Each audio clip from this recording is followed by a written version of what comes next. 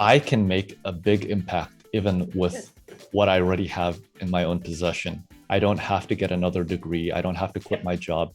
I don't have to be the CEO of something. I don't have to be Shangrila Rendon in order to be able to do something great.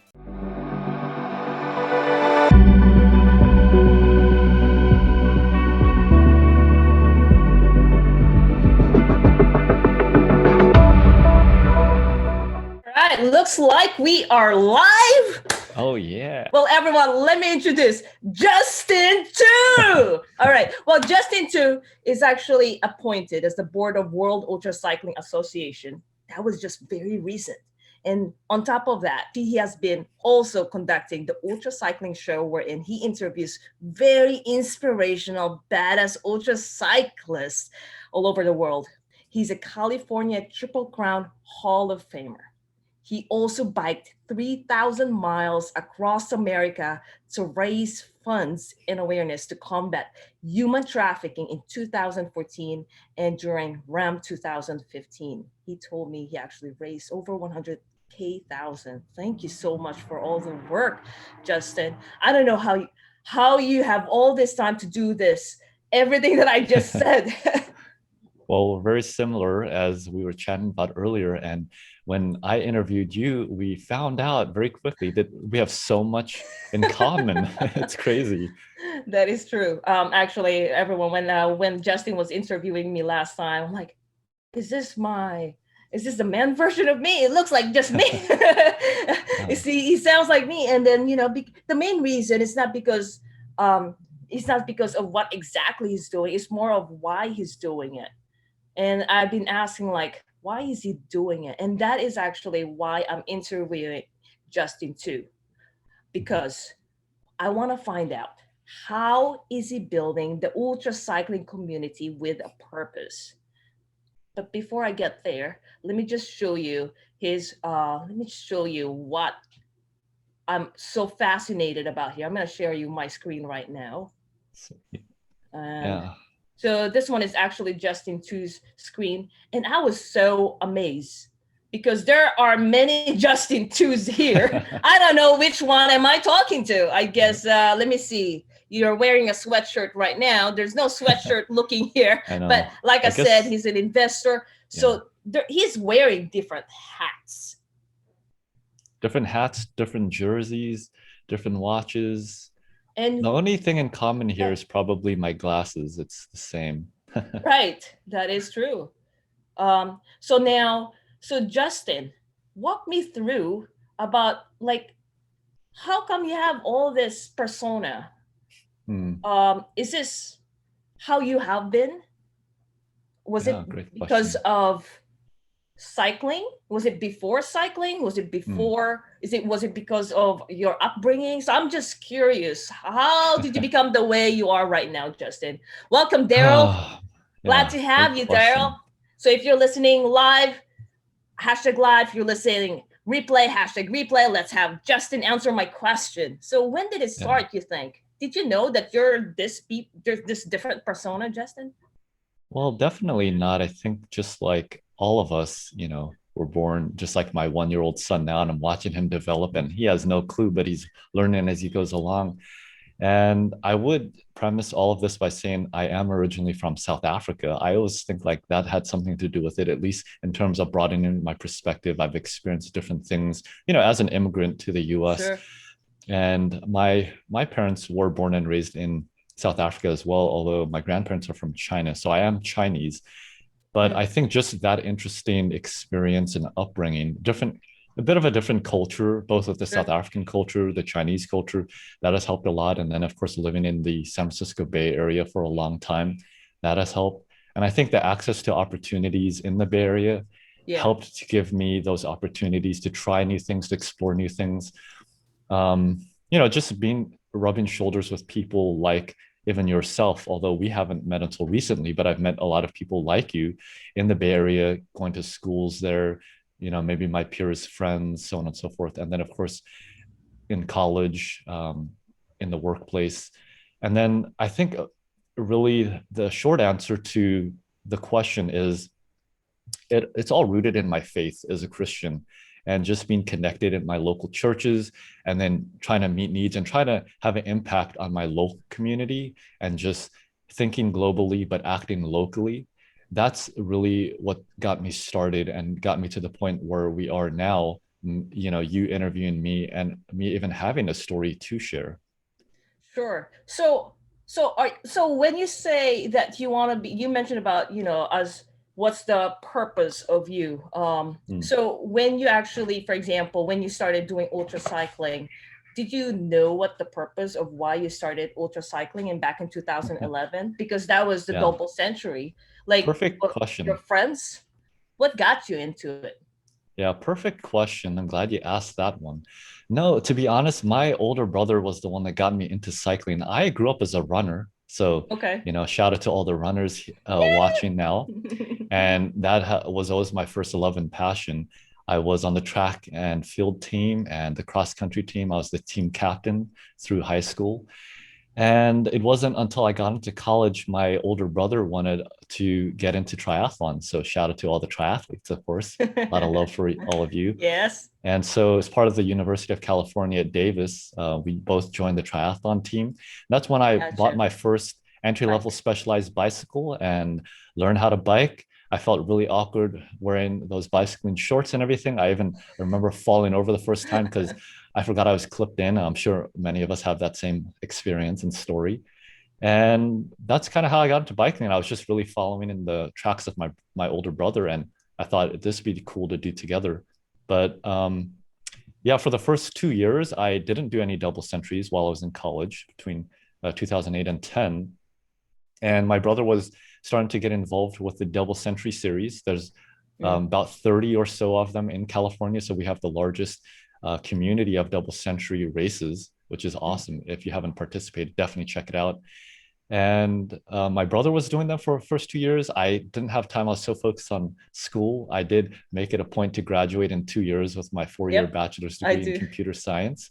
And That's so after I graduated, just like anybody, I started a new job after I got over the learning curve. I wanted to find a work-life balance. And I thought, what should I start doing again? I was doing a lot of strength training through those 2 years, but I wasn't doing much running or cycling or swimming. And I thought, I still have that bicycle. Let me pick that up again. Just started biking about 10, 12 miles a couple times a week, literally. there you go. And after a few months, my brother said, hey, you want to do a double century before I Yep. move off and go to medical school? And I thought, I mean, what I have to lose? Worst case scenario, I just stop. And so I did 250-mile rides. And then the next weekend, I was doing my 200 first double miles. century. Yeah. What was your first double century? Do you remember? The Bass Lake Bass Powerhouse, one Lake. of my I know that favorites. Bass Yeah. Lake. Awesome. Yeah, I Starts in did that too. Fresno, goes It's through the beautiful. Sierras. Yeah, very Yeah. beautiful. Uh, a decently challenging course, but Mhm. compared to other ones, it's like moderate. Yeah. But I remember the day before starting that event, I came down with a fever. I was so sick, the most sick I've ever been. And because we were poor college students, we thought we would just camp out at an RV site. Turned out that RV site didn't really have a grass patch. So we were like, we had pitched a tent the night before. It was raining. It was just, it, That's called something out of a adventure. movie. Yeah, exactly. I wasn't sure I would even make it through that night Sure. alive, just sleeping, let alone start a 200-mile bicycle ride. But Yeah. I thought, hey, worst case, I just get to the starting line. If I could do 1 mile, I'll do that. If I could do 10 miles, if I could do 100 miles. Ended up being a really difficult day. After about 50 miles, I felt like I couldn't keep going anymore. And I remember slowing down to like 3 miles per hour, going down a slight, well, it was actually a false climb. And but long story short, I made it through. Yeah. And after you make it through something with that kind of experience, you just start thinking in your mind after you're recovered after a week or two. You're like, if What's I was able next? to do that with hardly any training, with all the odds stacked against me, being as sick as I've ever been, imagine if I wasn't sick. Imagine if I trained a little. Imagine if X, Y, and Z happened. Yeah. And what's the worst? How worse can it be after what you've already experienced? Something Yeah, that until now you exactly. still remember, and that was back in 2011. 10 years forward, you still remember. And guess what? on 2014, you actually raised over 100K Yep. $1,000 to to bring awareness to combat human trafficking. Is that right? Is that, and you call Yep. this one, is this the website A21? Yeah. Is So this the this one? campaign that I put together, it Sure. was the A21 Across America. Okay. And it was See 3,000 if I can miles get following the exact same Race Across America route, which goes okay. from This one. Oceanside to Annapolis, Maryland. Except I started in Costa Mesa, which is Yep. nearby there in Southern California. And the reason I did that is because the organization I was supporting, the anti-human trafficking organization, is called the A21 campaign. They've since Gotcha. renamed to just A21. Their US headquarters is based there in Costa Mesa. So I chose to start there, and I ended up finishing at the Lincoln Memorial in Washington, D.C., which was all symbolic of the general notion of freedom, of course, Right. for modern day slavery, labor trafficking, sex trafficking, but also for me, and tying this back into your original question about my motivation and my beginnings, I was really writing for this the more general and broad concept of freedom, as a Christian, as a man of faith, just thinking about what is my purpose here on earth really for, and so this was just one way that I was signing up to help my local community, to help people who are less fortunate than myself, and just with the talents and passions that I have possessed, through the years and have developed. And I thought at the beginning, prior to doing this, I have a bicycle. I'm privileged to own a bicycle. I'm privileged to be able to do some training. What can I do with this, given that I already have it? And it's not like I necessarily changed anything external from me. I didn't, quit my job to do this. You know, um, I didn't sign up for some kind of training program or something. I just took a few extra steps and was just a little more intentional about things I was doing every day, every week already. And I think the biggest changes that were happening were internally inside of Yeah. myself in terms of my perspective, my paradigm of what is possible. And although, as somebody going to church every Sunday, sitting in the same pews and seats as everyone else, as the same as the person, just like everyone else, getting on their bike every morning and training, going out riding. Like we all have the capability and the potential to do something like biking across America, Yep. raising significant Yep. amount of funds for causes that we care about. Yep. And the A21 campaign for me and A21 Across America was just my first step and Mm. my first platform that I created for myself. And it gave me the experience of what is possible in anybody's life and even my own life. And so from that point forward, needless to say, um, what is not possible after you do something Sure. like this? Yeah. So, with that experience, what are the top two things that you learned? Because I read that you did Yeah. learned a lot, I'm sure, for 21 days across the country. What are Mm-hmm. the top two things that you remember that you learned? Holy cow. I mean, I always think every ultra event is a lifetime in itself. So just think of riding, it ended up being 18 days of riding, about 180 miles average for most days. And I did it in 21 days total, representative of the A21 campaign. I learned so much, not just through the bicycle ride itself, because as people who have done the Race Across America as well, or any big ultra event, we know that the most difficult thing is not necessarily completing the 3,000 miles or completing, the DECA Ironman or the record that you did. It's really about getting to the starting line, you know. Like I always like to say, the Race Across America, 3,000 miles, but how about the 30,000 miles of training beforehand? All the months, maybe years, maybe it's a lifetime of preparation mentally, physically, logistically. And so I learned a lot through the whole, call it, campaign of working with my local community to raise awareness, to raise the funds. And I think I learned, just like my last answer, a lot about myself, that I can make a big impact even with Good. what I already have in my own possession. I don't have to get another degree. I don't have to quit Yep. my job. I don't have to be the CEO of something. I don't have to be Shangrila Rendon in order to be able to do something great. You can win. Well, yeah, because what we have we are perfect as it is, and a lot of people that they need to like get the degree before they can actually think that, hey, I can make an impact. And to Mhm. you, that's not the case. You basically just executed it. And you know, as you said last earlier, is that yeah, there's a lot of things that happen before the start date. And I'm Mhm. sure it's not just about the sports. I mean, you're working, right? And you have your family. So you have to also Yep. manage your time on that sense. Is that correct? Because that you're gonna be Yeah, gone for exactly. 21 days. That's big. Yeah, So that's does exactly that right. says a lot with your time management as well? I mean, you graduated your degree in computer science in UC Davis for 2 years. Who does that? I thought the longer in school, the better. But you did it in 2 years. I mean, well, going back, sorry. So the Across America that you did, were you at 28 years old then? Or was it When I 2015? did that, 2014, I was 24 years old. 24 years old. Mhm. I don't know. How old are you now? Wow. So you were Now, 24 yeah. years old that back in 2014. That is Mhm. so amazing. I started as an ultra cyclist when I was 16, 20, well, 20, you could say 2014. 21. Okay. Yeah. So Good, I good to was hear. definitely the youngest and still, quite frankly, at 31 now, a decade later, I still am one of the younger guys on any double century event, but especially when I was in my early 20s, I mean, there was hardly anybody else, definitely no one else in their 20s, a handful of people in their early 30s. So I learned a lot through that, of course. And kind of getting back to your last question real quick, because you did ask Yeah. for two things that I learned, and it kind of ties Yes. in. One of the big things that I learned for myself is what is my real passion and purpose, Mm-hmm. just Yep. as a human being, and then of course as a Christian. And through that, I ended up starting a nonprofit organization and many other things.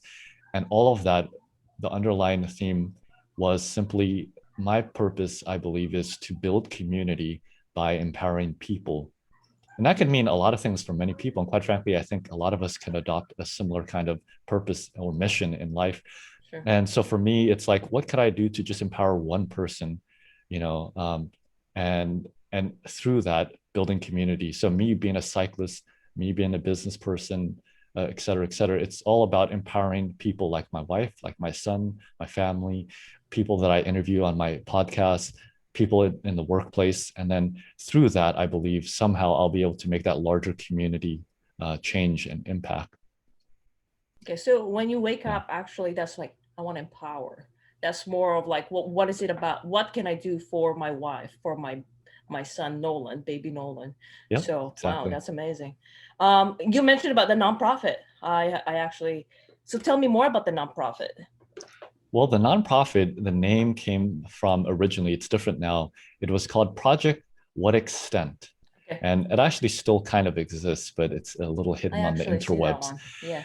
And the campaign This one. name for 2014, when I did A21 Across America, it was called Project What Extent. And the whole idea there was, what extent will you go? Or in the case, me, what extent will I go with the purposes, the passions, the talents? What extent will I go with what I have in my possession? Because I'm just like anyone else. I'm at a certain stage of my life. I have certain talents. I have certain possessions, material things, all the experience, you know, a certain job. I live in a certain place. So my question to everyone viewing and watching and listening is, you know, what extent will you go with where you are, with what you have, with what experience you have, whatever fitness level you are, you know, whatever ambitions you've had, whatever results you've achieved, what extent will you go? And that was the overarching theme. So as part of that campaign, we captured a lot of video stories of a Mm. variety of people. There was a wrestler, there was a baseball Wow. player, there was a chef, you know, there's someone like myself, a music producer, so on and so It's forth. amazing. And the overarching theme there in every story was, you know, here's where I am, here's the obstacles that I face, but here is the extent that I will go because it is my passion. I believe it is my purpose. Good. Awesome. So the next thing that I wanted to ask you is about the your service as a volunteer as a board of World Ultra Cycling Association. Yeah. How is the life of being the board of this big organization? Yeah. Well, I'd say it's a small, big organization. It is an organization that is governing and sanctioning records and events for ultra cycling worldwide. So it definitely has a global impact. Yeah. And people that have sat on the board, have been president of the board, are it's a small, close-knit family, just like any ultra sport is. And we all know each other. And a lot of these people have achieved many world records, Guinness World Records. The World Ultra Cycling Association is abbreviated WUCA, Mm-hmm. WUCA, and we sanction a lot of records. So many ultra cycling athletes hold a WUCA record, and it's great to connect with people all across the world because the board Oh is yeah. represented by people who who reside in the US, in Europe, in other countries. And the whole idea is how can we empower ultra cycling as a sport and grow the sport globally, just like the UCI would, just like USA Cycling would, USA Triathlon, so on and so forth. And so, yeah, this is our newly revamped website. Mm-hmm. And people who are interested can find a lot of information about ultra cycling Yep. in general. They could find out about how to sign up for and prepare for setting a cycling record, which I believe is anything over 60 miles is what we sanction. Yeah. And it's a pretty easy process. It's been very popular through the pandemic, as you can imagine, because a lot of events have been canceled. So people have been turning Looking and looking for using their more. using their fitness that they already have for setting some great record. And so it's been great working with them. There's a lot in the pipeline, a lot that we're still ramping up. So stay tuned. But it's a very active, vibrant community. A lot of great people. I'm sure, just like in triathlons, that's one of the things that draws us all to the sport and keeps us in the sport. It's the people, it's the Yep. community. I do think the same, especially if you're actually having an impact globally and you're having connection with this amazing people. Just were Yep. in before, at least to me, when I started my marathon, it's just like this own community. But when you don't know what's out there, there's a lot amazing people. So that's great, and I'm glad that you are actually appointed as the board of that organization. I wanted to know because I know that you just accepted a job with Microsoft. You have a baby. Yeah. You have this podcast show. You're a board in World Ultra Cycling Association. You're a husband. I mean, what else don't you Yeah. not do? um, That's what I um, asked you.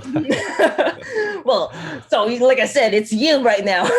So no, I want to ask you. Yeah. So I'm sure a lot of people have asked you, how many hours do you have, Justin? How can you do the things that you do? Like, tell me, give us an idea. Like, how do you start your day? Do you wake up Mm. and it's always the same thing every single day, or do you plan first? Do you meditate? Do you pray? Mm. Like, walk me through your day of an athlete like this who's wearing different costumes here. Is it like that all the day? Yeah, really great question. I mean, if it was just over a year ago, I could have answered it better. But since I've had my son, and as any parent would know, especially of a Yes. toddler, Yeah. that One really year. changes things. But I Belated happy think, birthday. yeah, thank you. As any ultra athlete would know, or any athlete, quite frankly, you roll with the punches. You learn how to make things work. Hmm. Race across America, a lot of us like to say you have to plan to not use your plan. And so you have to be adaptable. And I know even when you did your recent record, you had to make some adaptations and change things, but it's about being resilient, rising above and beyond the challenges, and being able to figure out, being creative and just figuring out how to make things happen, because things will happen and you will have setbacks in life, in a cycling event, in a cycling record, in a triathlon, whatever the case may be. You might get an injury, so on and so forth. But to your question, I in the ideal day, I would like to wake up early so I can have time to think and do my own thing before my son wakes up, and also in the evening. So I do find that I have to wake up early and sleep late. But for me, sleep is also very important, especially when I'm training for something big or doing a lot of training, because we know that if you're not recovering well, you're going to get an injury. So it's the point of diminishing returns to stay up too late. The biggest thing that I would say, just to kind of make this a short answer, is learn to be more productive. Mm. And I'll tie this into all of my different hats that I wear.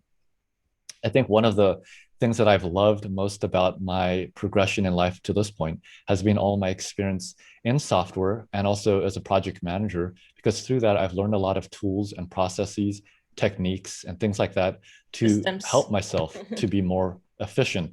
And I think that makes a big difference. And we all learn that. I mean, we're all project managers, no matter what position or company or what we're doing in our life. We all have to learn how to be efficient with our time and our tasks. I would say something more practical that people watching can apply to their own life. I do a lot of indoor training, especially since I've had my son. And I started doing a lot of indoor training when I was doing things like the Race Across America, training to bike cross in 2014 and 15, because Mhm. I found I needed to do, for many reasons, I needed to do a lot of intervals. I needed to just spend a lot of time, and every minute that I could save by not having to suit up essentially and go out into the wild to do my rides was saving a lot of time. But the biggest benefit of cycling indoors is having a table where you could have a laptop, you could, have Work. whatever you want, materials to study, to read, to watch, to listen to. And so I learned this. I think I've gotten pretty good at working while I train, even doing intervals. And I would say it's not the easiest thing to do, and you can't always do it, but probably 90% of the time I am working while I'm training. And it kind of reminds me of David Goggins, who a lot of Yeah. you would know, really famous ultra runner. Yeah. And there's this quote that I love always sharing. And he said, I train when you sleep. Yeah. and And well, for you, you train, you work while everyone's sleeping. You do like multitask. That's awesome. That's great. yeah. So now, well, we're almost ending. I want to ask you, for any individuals, like we saw the many hats that you're wearing, and there are individuals who are sometimes they're unsure who they really are, or they are scared to Mm, show who they are because they can be judged, mm, or they're unsure whether that, let's say, cycling across America is for them or an Ironman is for them because they're afraid of failure. But then mm, you also said it's not really the finish line. Even just getting to the start and actually committing to it, it's already hard. So mm. for those individuals, the athletes who are actually watching this, either live or replay, what are the top three things that you can advise them, considering with all your experience the way you are? Mm. Totally. Yeah. Well, I would definitely say, first of all, connect with me. I'd love to empower you and help you There more you go. so. And also, um, follow the Ultra Cycling Show. There's not just myself, but a lot of other athletes, including yours truly, Shangrila Rendon, who's featured on there as well.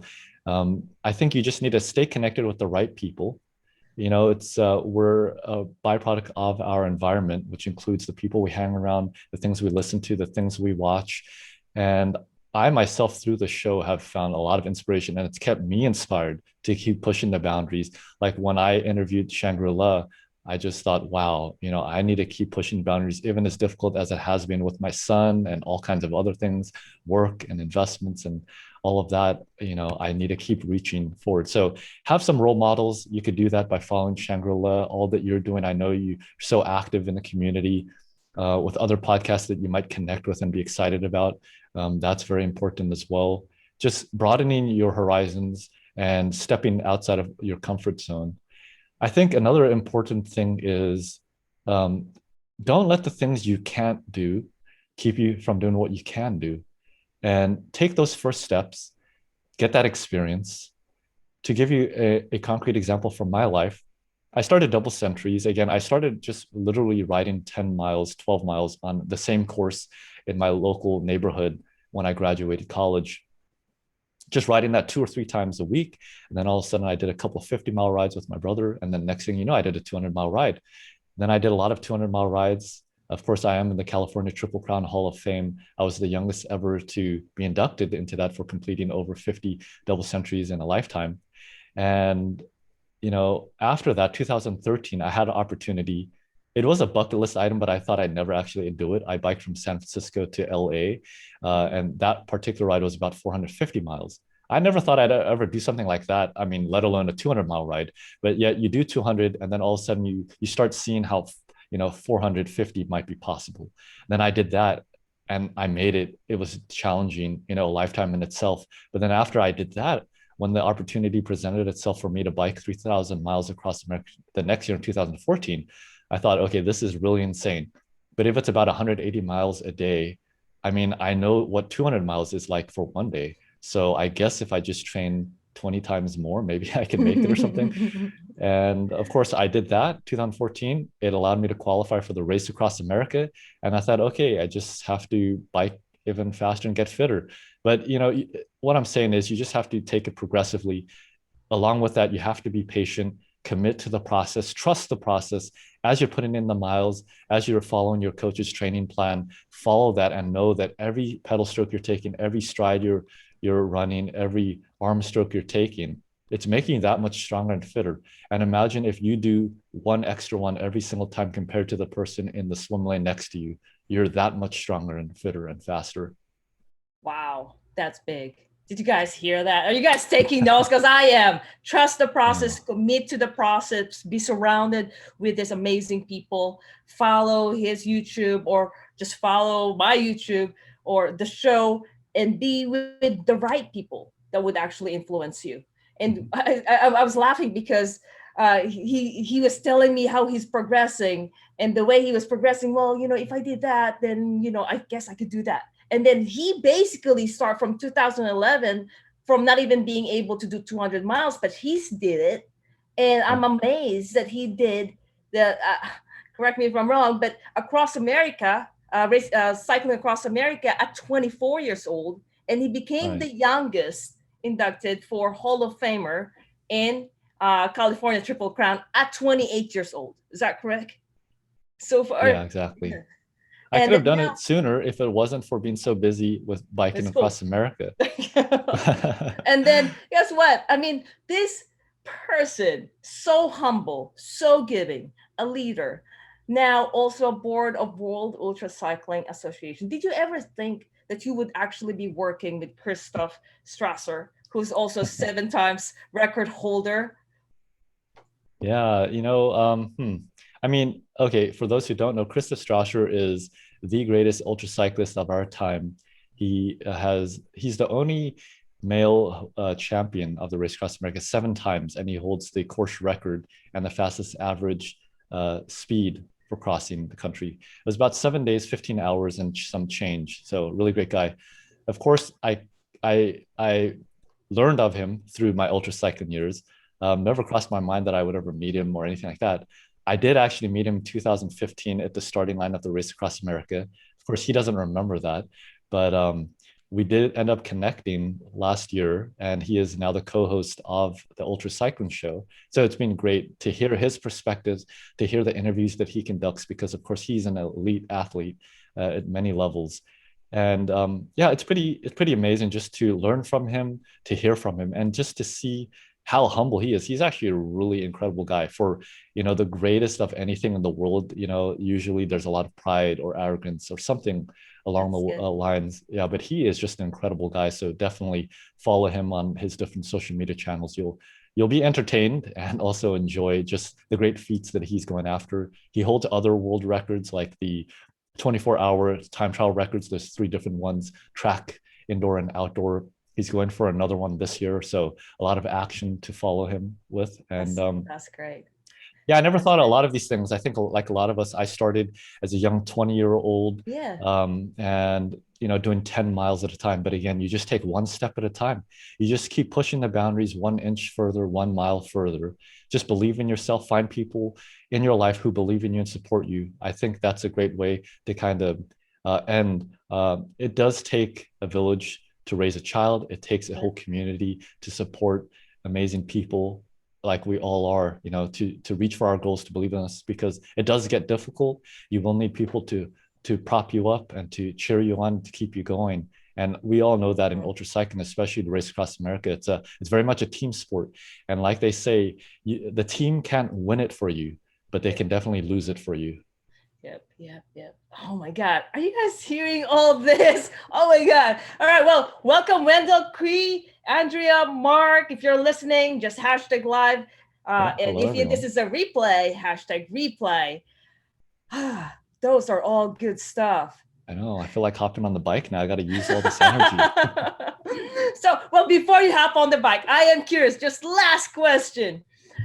If there's anything beside your bike, what is this thing that you can't live without? Before we end it. I mean, I could give a cliche answer. I'd say God.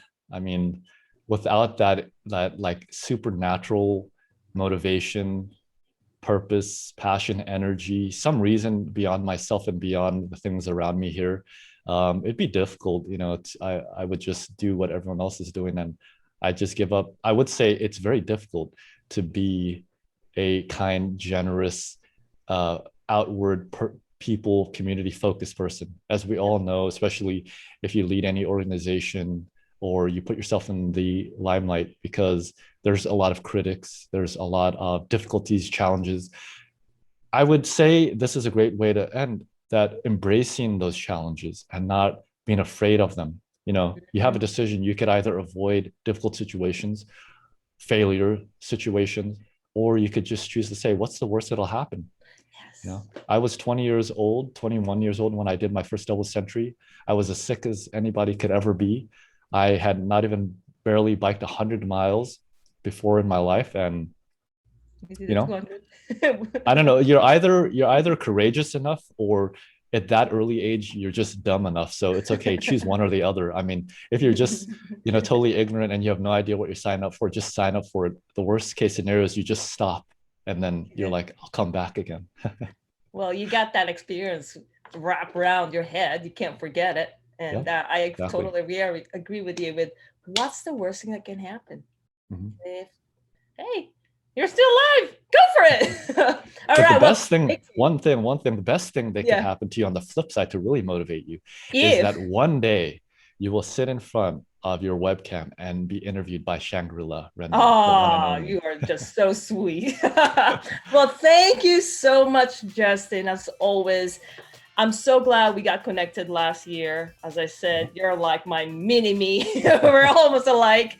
Again, thank you so much. And I'm sure we will bring you in again. And for all those watching, everyone, I hope you guys enjoyed. If you guys have any questions or you want to get in touch with Justin too, he's very humble, giving, and just super talented. I don't know what else he doesn't do. Yeah, just connect with him. We're going to put the links that I've shown you in this show, and then so you can contact him. Anything else you want to add, Justin? Yeah, we'll see you in the next episode. Yes. All right. Thank you again, Justin. Bye, everyone. Thank you. Yeah, everyone. Have a nice weekend.